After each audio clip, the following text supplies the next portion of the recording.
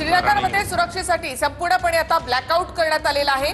श्रीनगरमध्ये सुद्धा आता ब्लॅकआउट करण्यात आलेला आहे। सायरन वाजायला त्या ठिकाणी सुद्धा सुरुवात झालेली आहे आणि श्रीनगरमध्ये आता सुरक्षेसाठी संपूर्णपणे ब्लॅकआउट करण्यात आलेला आहे। महत्त्वाची बातमी आपण पाहताय, राजौरीमध्ये भारताने पाकिस्तानचे 10 ड्रोन हे पाडलेले आहेत, नेस्तनाबूद केलेले आहेत। इकडे श्रीनगरमध्ये सुरक्षेसाठी संपूर्णपणे ब्लॅकआउट करण्यात आलेला आहे।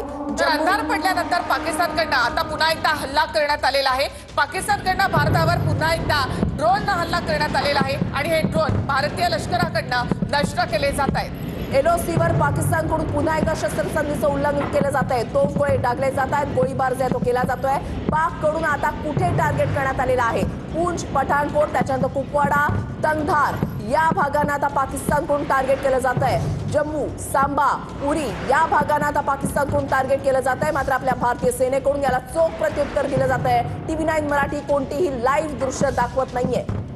तर पाकिस्तानकडून कुपवाडा आणि तंगधार या ठिकाणी देखील टार्गेट करण्यात आलेले आहे। गुप्तचर अधिकाऱ्यांसोबत सध्या पंतप्रधान नरेंद्र मोदी यांची बैठक सुरू आहे। राजस्थानच्या उत्तर लाईनमध्ये 2 स्फोटांचे आवाज आलेले आहेत। पठाणकोटमध्ये पाकिस्तानी ड्रोन भारतीय लष्करानं पाडलेला आहे।